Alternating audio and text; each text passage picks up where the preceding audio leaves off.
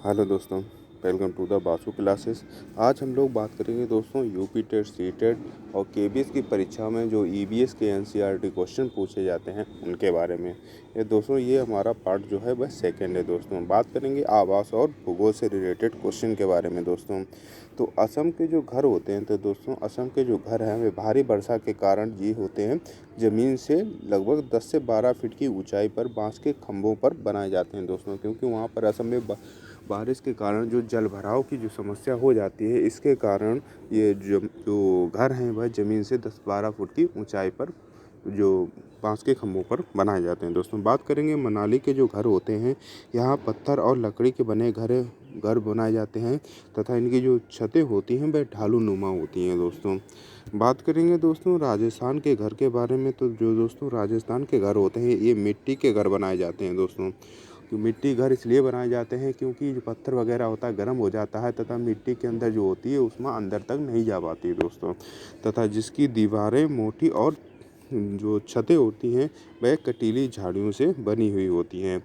बात करेंगे दोस्तों लेह लद्दाख के घर के बारे में, तो ये पत्थर के 2 मंजिला घर बनाए जाते हैं तथा नीचे की जो मंजिल होती है जिसे ग्राउंड फ्लोर कहते हैं उस पर कोई खिड़की नहीं होती, तथा दोस्तों वहाँ पर जानवरों के लिए भूसा तथा जानवर वगैरह बांधने के लिए वो बनाया जाता है दोस्तों। बात करेंगे इस जो लद्दाख के घर होते हैं उनकी छतों के बारे में, तो लद्दाख के लोग अपनी छतों का उपयोग जो दोस्तों फल और सब्जियां सुखाने के लिए करते हैं दोस्तों। बात करें हाउस बोट के बारे में, तो दोस्तों श्रीनगर में पाई जाती हैं तथा इनकी लंबाई की बात करेंगे तो ये 80 फीट तक लंबी हो सकती हैं दोस्तों हाउस बोट।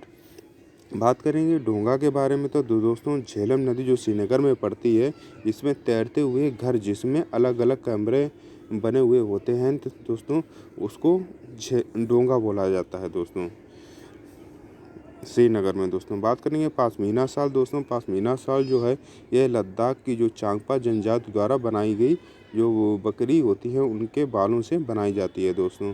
बात करेंगे दोस्तों पश्मीना शाल की गर्मी, तो ये है पश्मीना जो शाल होती है 6 स्वेटरों के बराबर दोस्तों गर्म होती है। और बात करेंगे चांगपा जनजाति जो होती है उसके जो लोग होते हैं वह घुमंतू लोग होते हैं, जो अपने रेबो जो बोलते हैं उनके जो टेंट होते हैं उनको रेबो बोला जाता है, ये उसमें रहते हैं दोस्तों। तथा ये घुमंतू जनजाति है दोस्तों चांगपा जनजाति। और ये कहाँ होती है दोस्तों, ये लद्दाख में पाई जाती है दोस्तों चांगपा लोग।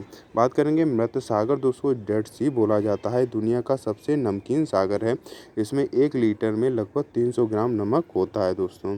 बात करेंगे तरुण भारत संघ के बारे में दोस्तों, तो राजस्थान में जल संरक्षण के लिए काम करने वाली संस्था है तरुण भारत संघ दोस्तों, तथा इसके जो संस्थापक थे वह थे राजेंद्र सिंह। इन्हें जल पुरुष के नाम से भी जाना जाता है दोस्तों। बात करेंगे अलबरूनी के बारे में, तो दोस्तों ये उज्बेकिस्तान से आया यात्री था जिसने भारत के तालाबों और वास्तुकला के बारे में लिखा था दोस्तों। बात करेंगे दांडी यात्रा, तो दोस्तों दांडी यात्रा जो थी वह 1930 में महात्मा गांधी ने नमक कानून के खिलाफ अहमदाबाद से दांडी तक जो यात्रा की थी वह दांडी यात्रा कहलाती है दोस्तों। तो ये कब हुई थी दोस्तों, ये हुई थी 1930 में। बात करेंगे सिनकोना से रिलेटेड क्वेश्चन के बारे में, इसकी जो छाल का उपयोग मलेरिया की दवा बनाने में किया जाता है दोस्तों। तथा बात करेंगे रोनाल्ड रॉस के बारे में, तो इन्होंने 1902 में नोबेल पुरस्कार जीता था दोस्तों, क्योंकि इन्हें जो मलेरिया की खोज की थी दोस्तों। ठीक है, जो मलेरिया की खोज थी, जो मलेरिया जो है मच्छर से फैलता है तथा जो मलेरिया मच्छर भी इसमें सिनकोना की जो छाल होती है उससे दवा बनाई जाती है। बात करेंगे एनीमिया के बारे में दोस्तों, हीमोग्लोबिन या आयरन की कमी से फैलता है दोस्तों जो एनीमिया है दोस्तों। तो इसमें दोस्तों जो मुख्य स्रोत हैं वह है आंवला, गुड़ और हरी सब्जियां जो है इसके मुख्य स्रोत हैं दोस्तों। इसी को डॉक्टर खाने की सलाह देता है दोस्तों। बात करेंगे मिजोरम की भाषा दोस्तों, यहाँ पर मिजो नाम की भाषा बोली जाती है मिजोरम में। आप मिजो से रिलेट कर सकते हैं। बात करेंगे कुडुक के बारे में, तो झारखंड की एक जनजाति और उनकी भाषा जो है वह कुडुक है दोस्तों। कुडुक क्या है, यह झारखंड की एक जनजाति है उसकी भाषा है दोस्तों। बात करेंगे तोरंग के बारे में, तो कुडुक भाषा में जो जंगल होता है उसको तोरंग बोलते हैं। तो जंगल को तो जो कुडुक भाषा में क्या बोलते हैं, हम जंगल बोलते हैं। तथा जो कुडुक जो है वह झारखंड की एक जनजाति उसकी भाषा है दोस्तों। अब आगे बात करेंगे खाद्य संरक्षण और उनके से रिलेटेड कुछ नए तथ्यों के बारे में। बात करेंगे दूध उबालना, तो दोस्तों दूध उबालकर हम उसको सुरक्षित कर सकते हैं दोस्तों। बात करेंगे धनिया और जो हरा साग होता है इसको क्या करते हैं, इसे गीले कपड़े में लपेटकर ताज़ा कुछ समय के लिए इसको ताज़ा रखा जा सकता है दोस्तों। बात करेंगे प्याज और लहसुन के बारे में, तो दोस्तों इन्हें नमी से बचाकर खुले स्थान में रखा जा सकता है दोस्तों। बात किया जाए आम पापड़ के बारे में, तो इसे आंध्र प्रदेश में मामिडी तांड्रा कहा जाता है दोस्तों। मामिडी तांड्रा जो होता है उसे किसे कहा जाता है, तो इसे आम पापड़ को कहा जाता है। ये कहाँ पर कहा जाता है, ये आंध्र प्रदेश में कहा जाता है दोस्तों। बात करेंगे कांसा जिसे ब्रॉन्ज बोलते हैं, ये तांबा और टीन का मिश्रण। ये बार बार दोस्तों रिपीटेड क्वेश्चन है, इसे आप नोट डाउन कर लीजिएगा। बात करेंगे दोस्तों ब्रेल लिपि के बारे में, तो लुइस ब्रेल ने विकसित की थी ब्रेल लिपि दोस्तों। ये 6 बिंदुओं पर आधारित होती है दोस्तों।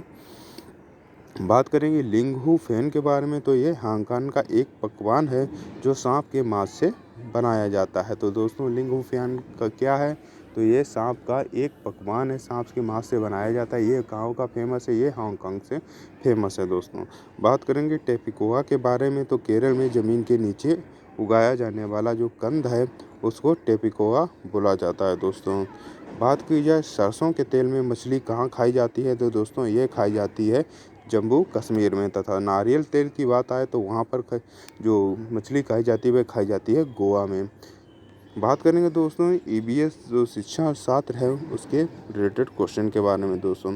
जो एनसीएफ 2005 की जो मुख्य थीम थी वह 6 मुख्य थीम है दोस्तों, जिसमें परिवार और मित्र, भोजन, पानी, आवास, यात्रा और हम चीज़ें कैसे बनाते हैं। बात करेंगे दोस्तों एकीकृत उपागम के बारे में, तो ईबीएस में विज्ञान, सामाजिक विज्ञान और पर्यावरण शिक्षा को एक साथ पढ़ाया जाता है दोस्तों। बात करेंगे दोस्तों पर्यावरण की प्रकृति के बारे में, तो जो पर्यावरण की जो प्रकृति है वह बाल केंद्रित है दोस्तों। वह मतलब कि जो बच्चा है उसको केंद्र में रखकर बनाई गई है दोस्तों। बात करेंगे क्षेत्र भ्रमण के बारे में, तो ये वास्तविक अनुभवों की अनुभव जो होते हैं वह क्षेत्र भ्रमण के द्वारा मतलब सबसे अच्छी तरीके से प्राप्त होते हैं। यह सबसे अच्छी शिक्षण विधि है क्षेत्र भ्रमण दोस्तों।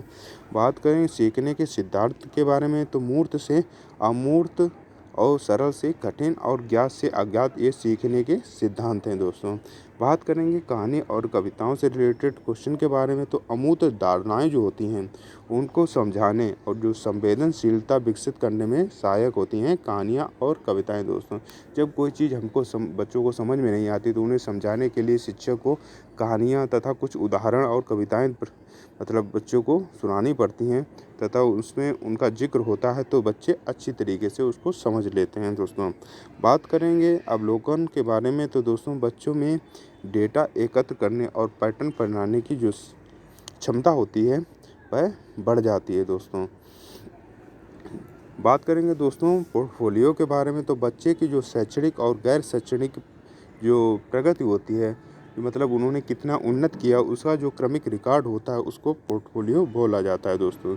बात करेंगे दोस्तों रटकर सीखना, जो बच्चे होता है रटकर सीखने के बारे में, तो ईवीएस में इसका विरोध किया गया है। अच्छा पर्यावरण जो शिक्षण है उसमें रटकर सीखने के सिद्धांत के खिलाफ है दोस्तों। बात करेंगे शिक्षण की भूमिका के बारे में, तो शिक्षक जो है वह एक सुविधादाता है दोस्तों तथा बच्चों का स्वयं जो शिक्षक होता है वह शिक्षक के मार्गदर्शन में बच्चे जो अपने स्वयं ज्ञान को खोजने का अवसर देंगे दोस्तों। बात करेंगे विविधता का सम्मान के बारे में, तो कक्षा में संस्कृति और व्यक्तिगत भिन्नताओं को संसाधन के रूप में लेना चाहिए दोस्तों। जितनी भी विविधताएं देखने को मिलती है उनको मतलब कि जो भी विविधताएं देखने में उनको संसाधन के रूप में समझना चाहिए, ना कि उनको ऐसा करना चाहिए कि इसमें परेशान होने की आवश्यकता नहीं होती है दोस्तों। बात करते हैं सीसी क्या है, तो दोस्तों सीसीई है जो सतत और व्यापक मूल्यांकन जो बच्चे के सर्वांगीण जो विकास होता है उस पर जोर देता है दोस्तों। बात की जाए एनरिकमेंट गतिविधियां दोस्तों, प्रभाव जो प्रतिभाशाली बच्चों के लिए अतिरिक्त जो सीखने के जो अवसर उपलब्ध कराता है दोस्तों। ये गतिविधियां जो बात करेंगे मानचित्र जो मैपिंग होती है, तो ये बच्चों के दिशा ज्ञान और सापेक्ष जो स्थिति होती है उसको समझ विकसित करता है मानचित्र दोस्तों। बात करेंगे दोस्तों प्रश्नोत्तरी के बारे में, तो प्रश्नोत्तरी जो होती है बच्चों की जिज्ञासा और जो आलोचनात्मक सोच हो जाती है उसको बढ़ावा देती है दोस्तों। जो बच्चे की प्रश्नोत्तरी जब बच्चे करेंगे तो उनकी जिज्ञासा जागृत होगी तथा वो उसमें जो उनके मन में आएगा उसमें जो समझने के उसके अनुकूल तथा प्रतिकूल प्रश्न पूछेंगे, जिससे उनकी जिज्ञासा जागृत होगी तथा उनके अंदर जो समझ विकसित होगी दोस्तों। बात करेंगे समूह कार्य के बारे में, तो सामाजिक कौशल और टीम वर्क विकसित करता है दोस्तों समूह जितना सामूहिक कार्य। बात करेंगे दोस्तों हस्तपरक गतिविधियों के बारे में, तो यह करके सीखने पर आधारित है दोस्तों। बच्चे जो हैं वह करके सीखेंगे दोस्तों। बात करेंगे चित्र पढ़ने के बारे में, तो छोटे बच्चों के लिए एक प्रभावशाली उपकरण है दोस्तों चित्र पढ़ना दोस्तों। बात करेंगे सामुदायिक संसाधन के बारे में, तो दोस्तों बच्चों जो हैं वे बुजुर्गों, किसानों तथा कारीगर जो होते हैं उनसे सीखने के स्रोत के रूप में उपयोग करेंगे दोस्तों। मतलब जितने भी बुजुर्ग होंगे तथा उनकी कुछ बातें सुनेंगे कारीगरों से, मतलब तथा किसानों से उनके जो अनुभव होंगे वह उनको साझा करेंगे। तो ये सामुदायिक संसाधन हैं दोस्तों, इनका उपयोग किया जाएगा शिक्षण शास्त्र में दोस्तों। बात करेंगे पर्यावरण संरक्षण के बारे में, तो बच्चों को पर्यावरण के पे प्रति संवेदनशील और जिम्मेदार नागरिक बनाना ही पर्यावरण संरक्षण का मुख्य उद्देश्य है। अगर दोस्तों ये आपको वीडियो पसंद आए तो वीडियो को लाइक करें, चैनल को सब्सक्राइब करें तथा अपने दोस्तों को भी शेयर करें। धन्यवाद।